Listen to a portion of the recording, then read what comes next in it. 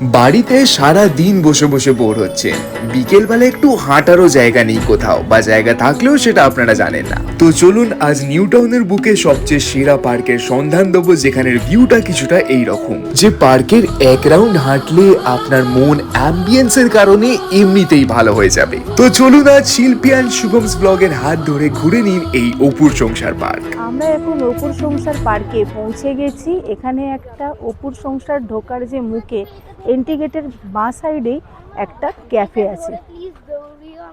তো আসুন আমার সাথে পার্কটা আপনাদের ঘুরিয়ে দেখাই। এখানে আর একটা কথা আপনাদের বলে রাখি, এই পার্কে ঢুকতে কোনো প্রবেশ মূল্য লাগে না। যারা নিউ টাউনে থাকো তারা যদি এই পার্কে আসতে চাও, যে কোনো টোটো অটোতে উঠে বাস বলবে ৪ নম্বর ট্যাঙ্কের কাছে অপুর সংসার পার্কে যাব, তাহলেই তোমাদের নিয়ে চলে আসবে এই পার্ক। আর যারা নিউ টাউনে থাকো না তাদের উদ্দেশ্যে বলে রাখি, হাওড়া থেকে S12 is the best option, যেটা করে তোমরা নিউ টাউন আসতে পারো। এবার বাস স্ট্যান্ডে নেমেই যে কোনো টোটো অটোকে বললেই হবে যে ৪ নম্বর ট্যাঙ্কের কাছে অপুর সংসার পার্কে যাব।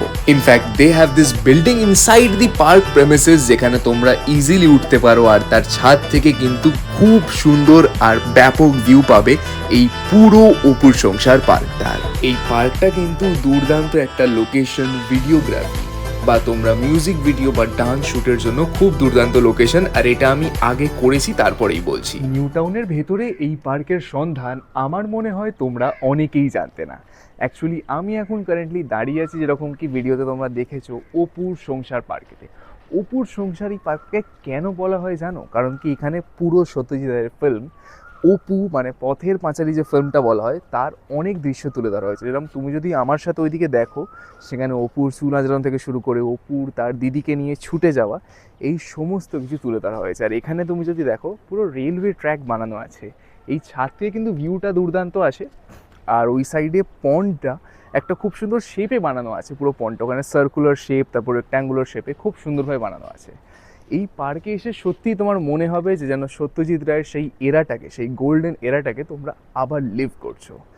অপুর যে ফিল্মটা, যে পথের পাঁচালী বেঙ্গলি ফিল্মটা, সেটা একটি খুবই নস্টালজিক আর খুবই সফট সাইডকে তুলে ধরা হয়েছে।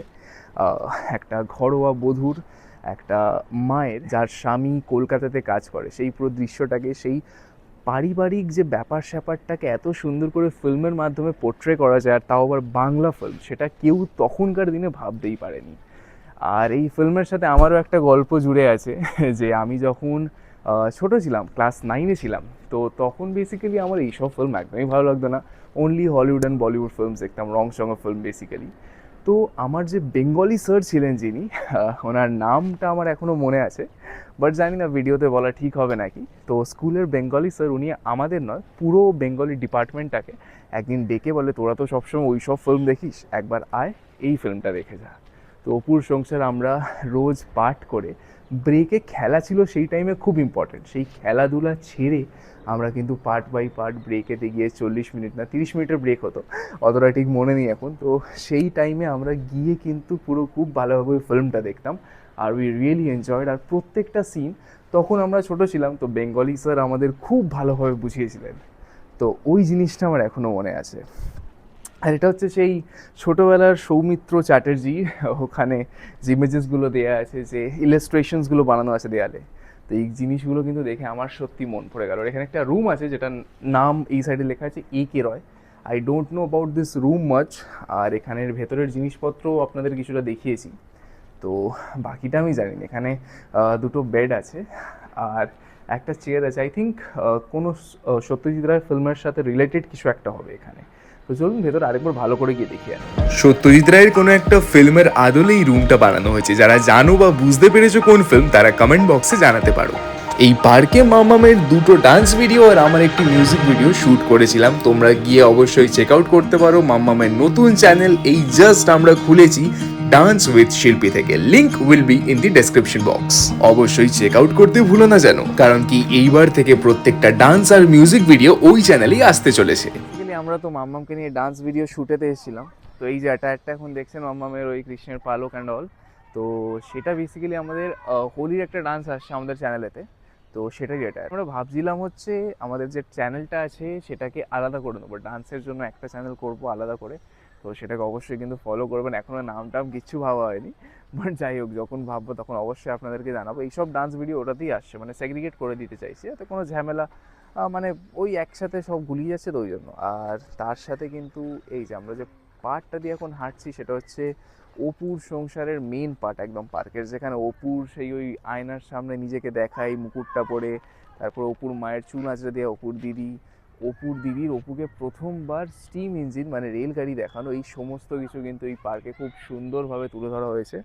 সেই জিনিসটা খুব ভালো লাগছে। আর এখানে ইভিনিংয়ে খুব সুন্দর একটা অ্যাম্বিয়েন্স, খুব সুন্দর একটা এনভায়রনমেন্ট হয়, যেটা চারিপাশে আপনারা দেখতে পাচ্ছেন। আর ব্যাকগ্রাউন্ড নয়েজেসও পাচ্ছেন, যে বাচ্চারা খেলছে, কত লোক আসছে ঘুরতে, সবাই শান্ত স্নিগ্ধ পরিবেশ, সাবধানে বসে আছে এখানে আরামসে। আর একটা কথা, যে জাস্ট আমার পিছনেই দেখতে পাচ্ছেন স্নেহদিয়া, সিনিয়র সিটিজেনদের একটা housing complex, living complex, new টাউনের একদম বুকেতে এই পার্কটা, খুব সুন্দর লাগবে আপনাদেরকে। সো আশা করছি তোমাদের ভিডিওটা ভালো লেগেছে। ভিডিওটা ভালো লাগলে তোমরা জানো কি করতে হবে, ভিডিওটিকে লাইক করো আর চ্যানেলটিকে সাবস্ক্রাইব করতে ভুলো না। এই রইলো আমাদের তোলা কিছু সুন্দর মুহূর্তের ছবি আর এই পার্কে কাটানো কিছু সময়। তো দেখা হচ্ছে আবার পরের ভিডিওতে। Till then stay safe, keep smiling and keep travelling, and most importantly keep watching Shilpi and Shubham's blog.